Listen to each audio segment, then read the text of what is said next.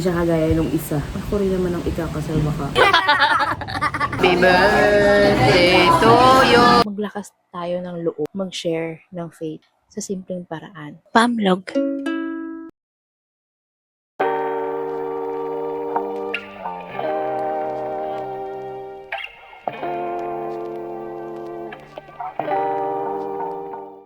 Luluto tayo ng ham na may egg.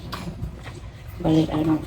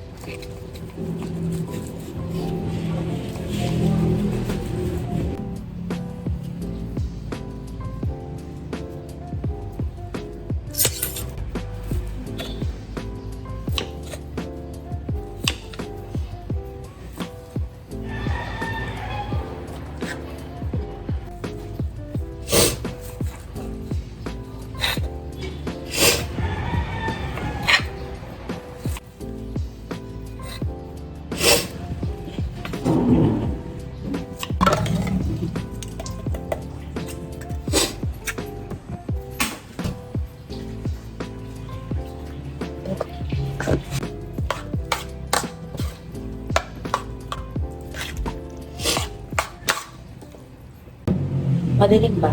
O saan kaya ilaw? Bilang gusto ko yun. Pakainit tayo ng pan. Tapos, oil. Panarin na lang ako. Ito nga. Ang kunti ng itlog.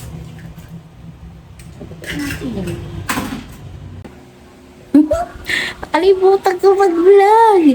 Pagkatapos ko lang kumain, ito nilubos ko na yung kape ko. May gulay. Natawa kasi ako sa ni Zainab, yung bridal shower niya. Yung ngayon yung pinapanood ko is yung silang dalawa ni Ray na Dubai. Nakakatawa. Bait naman pala ni Ray. Mag-aan ang loob ko sa kanya. Basta. Hindi siya kagaya nung isa. Itong pinapanood ko is yung Reina of Dubai vlog. Sa Dubai sila. So, wait lang. Ano ko pinapanood. So, pinapanood ko ngayon is yung Dubai vlog nila. Yung nagpe-prepare na sila sa gown ni Zainab. And ang kinuha pala niya is sino to? Michael Cinco, yung magagawa sa ganito. Taro. Kaso lang, hindi ko sure kung saang bansa kinasal si Zainab. Kung sa Dubai ba? Or sa Pilipinas. Kasi maraming speculations, alleged na sa sa Dubai daw sila kinasal. Ewan ko, marami kasing alam niyo naman ng social media. Yun nga maraming ang medyo nairita kasi wala na, inunahan daw yung bagong kasal. Pinost daw yung mga picture nila, yung greetings, ganyan. Kaya pala may naka-announce doon sa nila na no phones in Emirate. A sign of respect na lang din. Sakto naman. Kung ako rin naman ang ikakasal, baka kung sikat ako baka ganun ang gawin ko. Lang. Parang simpleng wedding ganyan. Tapos walang cellphone. Tsaka na i-upload kapag nag-upload na yung photographer ba yun? O videographer? Ganda mo. Alam mo naman talaga may jowa. Wala naman. Alamang kumating na yung in-order namin na mga mask. I-implement na dito yung pagsusuot ng mask. Dahil nga sa MPAS. Dami. Gusto niya ng may lalagay ko sa baba. try nyo na lang i-order. Maganda to, ito yung nakikita sa mga content creators. Ano yan? Butterfly caramel. Ayan, ka-individual ko siya. So, ano talaga, hygienic. Hygienic sa tignan. Hygienic pa. Suotin. 1, 2, 3, 4, 5, 6, 7. 1, 2, 3, 4, 5, 6, 7, 8, 9, 10. 10 pieces lang laman sa isang pack. Goods na to. Color gray. Iba-iba yung in-order ko eh. May gray, may black, may beige yata.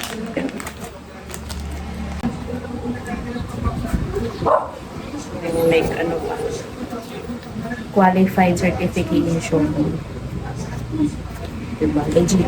If gusto nyo ng link, check nyo na lang sa baba. Saka na nag-iingat. Saka na yung nag-iingat.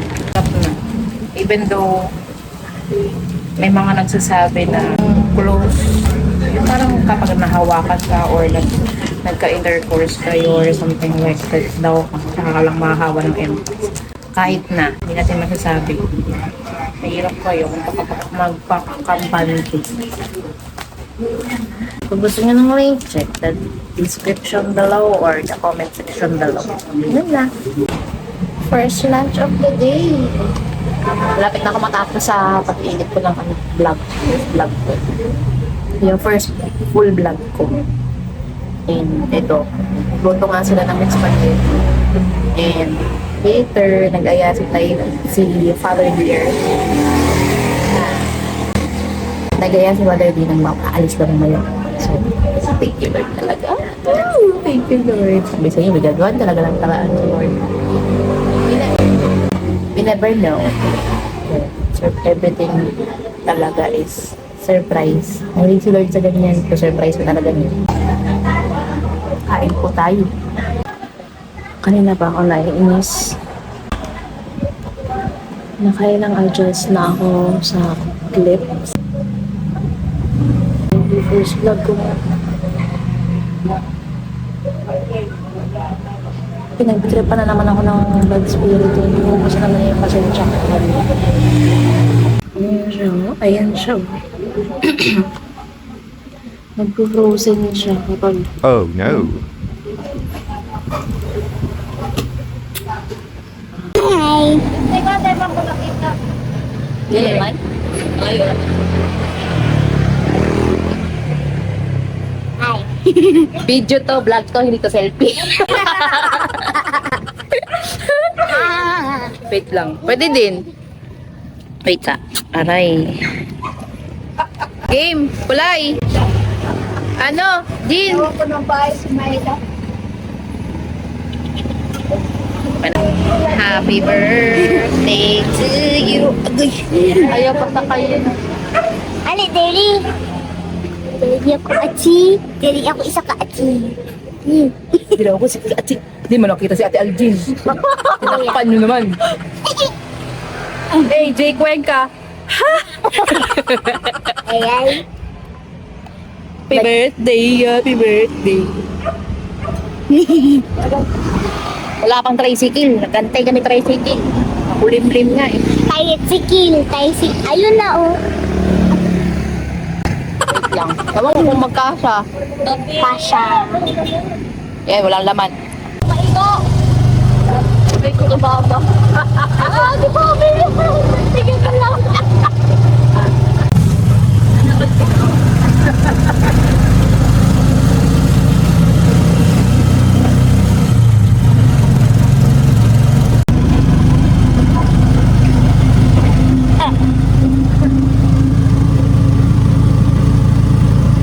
Happy birthday to Happy birthday. Hindi daw niya alam kung nire-regalo daw niya sa'yo. Okay lang.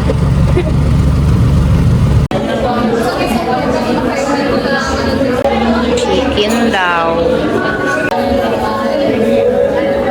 Chicken with fries.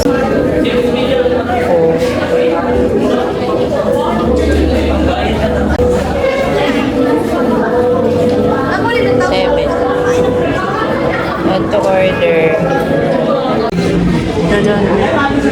1,530.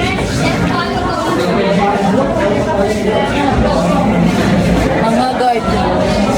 Hindi na nag-ayos.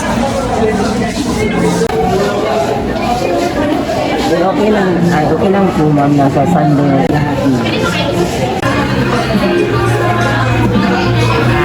Okay, Riz. Ito na yung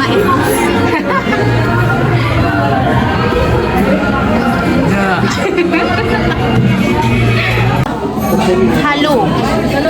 Pinsan ko, si Anthony. Nakita niyo na yan sa previous video. Yung first vlog ko. First pamvlog. Pamvlog. Pamvlog ang pangalan ng ko eh. Pamvlog. Wala masyadong tao ngayon. Wala masyadong tao ngayon. Kami-kami lang. Sa kabila. Wala lang. Baka busy rin sila. Wala na naman naka-online eh.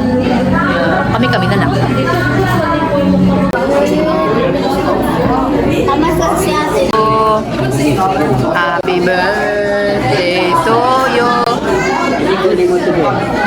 Happy birthday. Picture mo lang. 1, 2, 3. Okay, kana. So, kakain na tayo. Kasi nagugutom na rin ako. Ay, sorry. Nakalimutan ko din may abot. Ay, okay na. Hindi rin. Okay na. Meron ka na, Jean?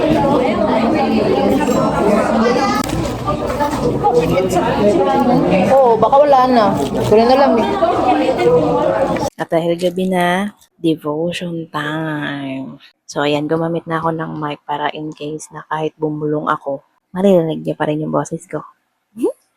Diba kagabi, sabi ko, nasa Book of Romans na tayo. And, ngayon, nasa Romans chapter 1 na tayo. Ang scripture ko for tonight is ang Romans chapter 1 verse 16. So ito siya. For I am not ashamed of the gospel, for it is the power of God for salvation to everyone who believes, to the Jews first and also to the Greeks. To the Greeks. So yun. Ang meaning po nitong verse na to kasi it is about gospel. Paano mo ba pinagmamalaki sa iba, sa lahat na nakakakilala sa'yo, ang mga word ni God. So ito siya. Ang observation ko sa chapter na to, sa verse na to rather, si Paul kasi kahit sobrang daming pinagdaanan like persecution, judgment, pagkakakulong, never siyang nahiya. Hindi niya ikinahiya ang gospel. Bakit? Kasi alam niyang yun ang totoo. Ang gospel ay hindi lang kwento. Ito ang power ng Diyos para iligtas ang lahat ng naniniwala. And yung boldness ng faith ni Paul is a challenge para na rin sa akin. Kasi mahihain ako eh. Maano ko pagdating sa mga entertainment, kayang-kaya ko mang-aliw ng tao, pero may part sa akin na parang nahihiya ako. Aminado naman ako doon, pero which is wrong. Dapat hindi natin siya ikahiya. Kaya ngayon, ginagawa ko to.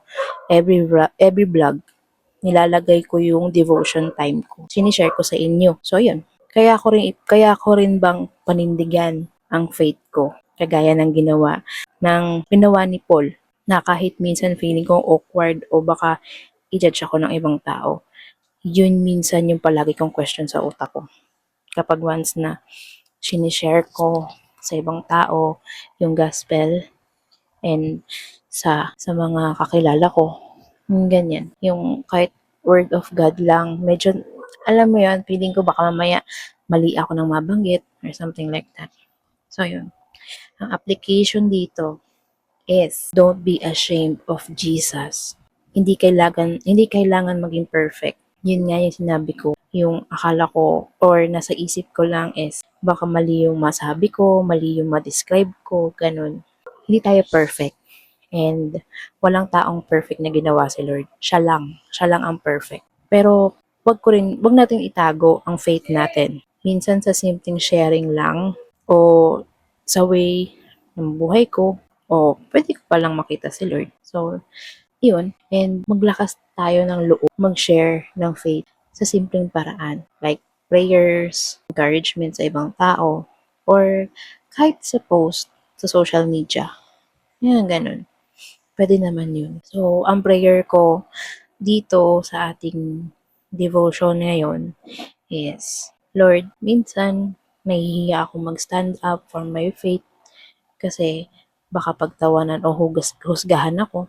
Pero gusto kong maging tulad ni Paul na confident and bold sa good news mo. Tulungan mo akong hindi matakot kasi alam kong totoo at makapangyarihan ang bawat salita mo. Amen. So yun lang. Kung may mga prayer request kayo, pwede po kayo mag-comment and then pag-play natin yan.